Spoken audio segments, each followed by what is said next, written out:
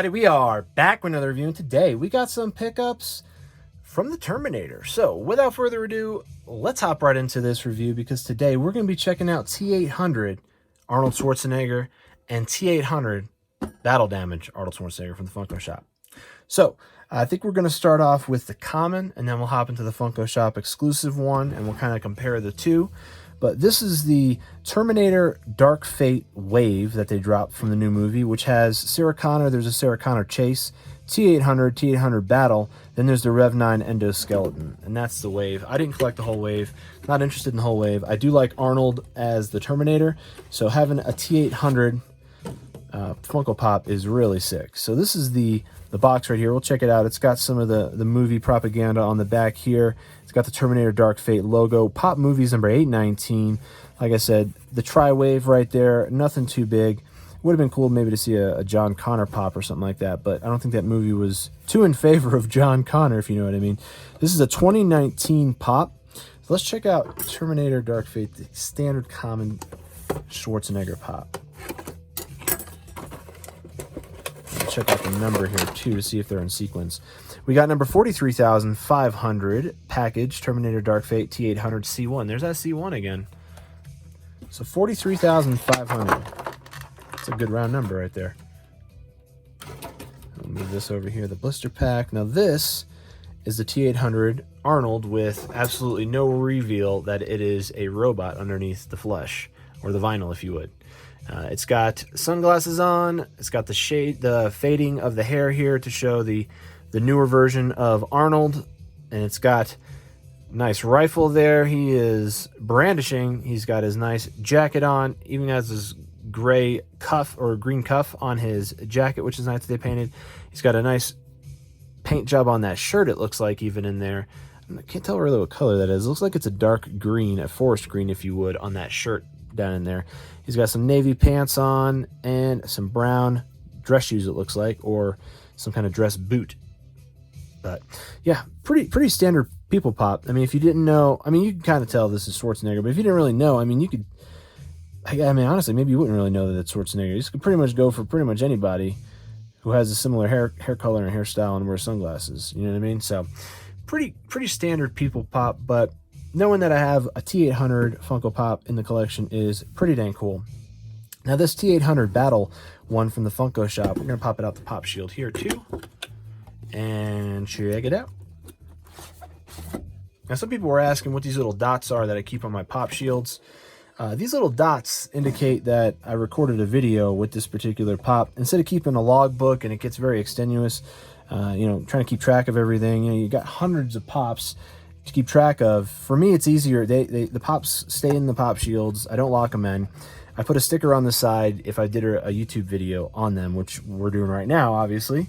And it allows me to know in the future that I've reviewed them. If it's something like it's a set, like let's say my DuckTales set that we reviewed, it'll probably have 2 dots on it, because that means I did it once solely individually, or maybe I did a couple of them in one video, and then I also did the entire set. So it's just a coding system for me. I store my pops, they're all faced out like this. So when I have the pop in the box and I'm looking on my shelves of pops and I'm trying to do my reviews and figure things out, I just know right there. I got the dot right there. It lets me know that it's been reviewed. It's been shown off on the channel.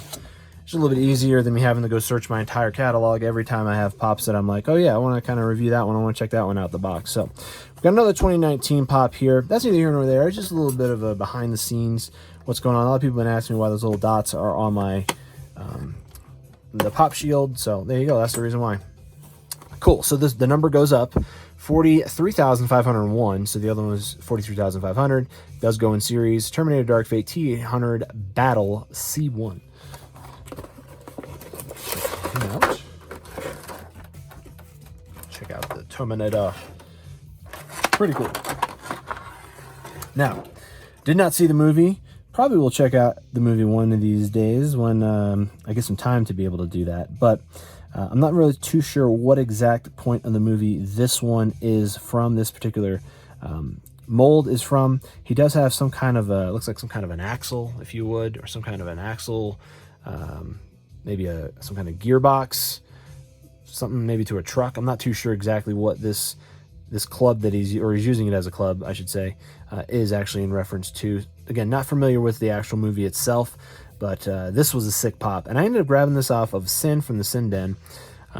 This was something that he ended up getting, and I was like, yeah, you could send that over my way. That's definitely one I want to add to the collection, because I love the battle damage on this. It just kind of has this red line doing the cutaway, and you can see the revealed robot underneath, and you got the red eye from the Terminator right there. You even have the arm here is exposed as well, where you can see the hinge for the elbow. You can see the complete Terminator hand grasping that club, ready to just rip and tear. We got some battle damage here on the shirt, where you can see the multiple layers of the shirt.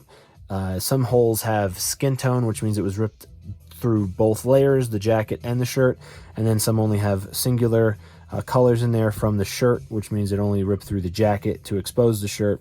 You got the pants here, which also has battle damage on it, where you can see skin exposed through the pant itself. Now, the pose is different. When it comes to exclusives, a lot of the times the pose will be the same and they'll just change a few things. Pose is actually completely different. Same clothes, no jacket, but needless to say, it's got... actually, wait, hang on a second. I wonder why there is some black on there.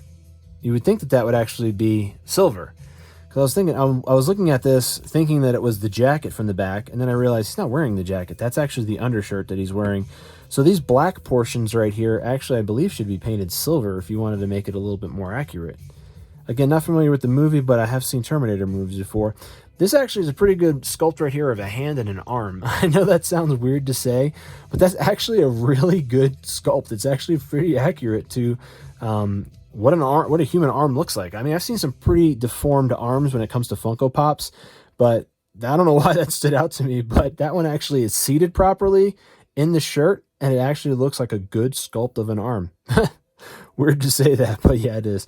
The hair itself is actually pretty decent on the back. I'm just noticing like this little flare up over here. But other than that, the paint app on the hairline is pretty straight on. The beard looks good too. Very few pops that I've seen have actual beards, but it's cool to see this one actually have a beard. So let's check them out just like that next to each other. They definitely have a different pose, different stance. The pants themselves almost look like they're a different kind of cut pant. This one looks like it's more of like the leg just looks thicker versus this. It almost looks like he's wearing like a skinny jean or something like that. See what I'm talking about? It almost looks like the leg is just bigger on the one on the right. So the pants look a little bit different, even though we know they're not. They were just sculpted differently. But neither here nor there. The head looks very similar from one side, but if you turn it to the other side, obviously, you can see what's missing. The glasses are missing. The face is missing on the top corner of the forehead. Now, if you could see behind the glasses here, they actually did fully render the pop and then put the glasses over the face, which is nice. So that is that's something that I definitely like about Funko. If you were to buy, let's say, this same toy back in the 90s, that would have been something they would have skipped out on. They would have just said, we're not going to paint the eyes. No one's going to ever see them. And if a kid breaks the glasses off the face, doesn't really matter anyway. But this is something where they took that extra step to paint behind the glasses, and I really think that that was a nice attention to detail, if you would, by Funko. Really cool on this. I definitely dig this battle damage T800. I love the fact that they did the arm like that. I love the corner of the head is all busted up and exposed. I think that's really neat like that.